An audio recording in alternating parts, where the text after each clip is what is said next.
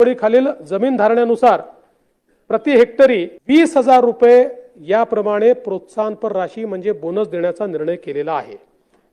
मागच्या वर्षी 20,000 दिला होता, याही वर्षी आम्ही 20,000 आपल्या किसान राजा युट्यूब चॅनलमध्ये चॅनलच्या माध्यमातून आपल्यासाठी घेऊन आले मोठी अपडेट।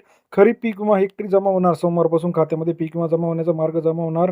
आज दुपारपर्यंत सर्व शेतकऱ्यांच्या खात्यामध्ये 25,000 रुपये पीक विमा जमा होताना आपल्याला पाहायला मिळणार आहे। गेल्या काही दिवसापासून जो पीक विमा रखडलेला होता, आता हा पीक विमा सर्व शेतकऱ्यांच्या खात्यावरती जमा होत आहे। आपल्याला असा मेसेज आता यायला सुरुवात होणार आहे। आपल्या जर खात्यावरती जर आधार पॅन लिंक असेल, बँक अकाउंट लिंक असेल, तर आपल्याला मेसेज आला आहे की नाही ते चेक करायचं आहे। सर्व शेतकऱ्यांच्या खात्यावरती पीक विम्याची रक्कम आता जमा होताना आपल्याला पाहायला मिळणार आहे। गेल्या काही दिवसापासून आपण बघितलं तर पीक विमा रखडल्यावर तर पीक विमा संदर्भात भरपूर शेतकरी अडचणीत होते, परंतु आता पीक विमा जमा होताना आपल्याला पाहायला मिळतं पीक विमा हा शेतकऱ्यांच्या सर्वात जिव्हाळ्याचा विषय आहे।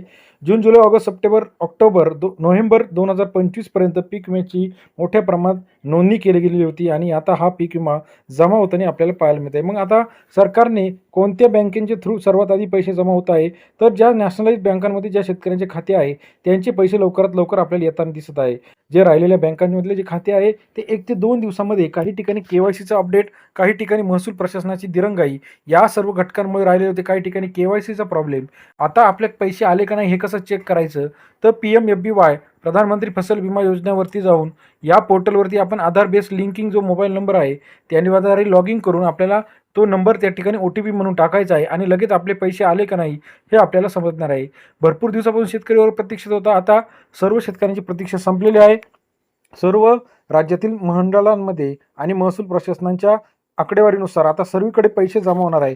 मग आपल्याला हे पैसे कसे मोबाईलवर चेक करायचे, तर PMFBY वरती जाऊन त्या ठिकाणी नोंदणी केलेला मोबाईल नंबर टाकून आपण बघायचं आहे पैसे आले का नाही। जर आपले पैसे आलेले असतील तर त्या ठिकाणी क्लेम सेंडिंग किंवा पेंडिंग असा 2 मेसेज येऊ शकतो।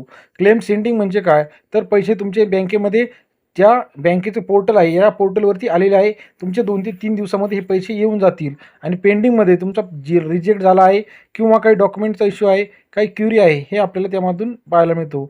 खरीप पीक विमा आणि रब्बी पीक विमा मंजूर झाल्यामुळे शेतकऱ्यांमध्ये एक आनंदाचं वातावरण आहे, कारण का यावर्षी मोठ्या प्रमाणात नुकसान झालेलं होतं। या नुकसानातून उभं राहायला हा पीक विमा सर्वात महत्त्वाचा आहे। आता 2 ते 3 दिवसात आपण PMFBY पोर्टल चेक करून लगेच पैसे आले का नाही हे आपण बघू शकता। राज्यातील महत्त्वाच्या ठिकाणच्या सर्व शेतकऱ्यांची यादी या पोर्टलवरती उपलब्ध आहे। आपल्याला जर व्हिडिओ आवडल्यास लाईक, सबस्क्राईब, शेअर करून कमेंट करून कळवा आपल्या ठिकाणी किती PMFBYची रक्कम आलेली आहे।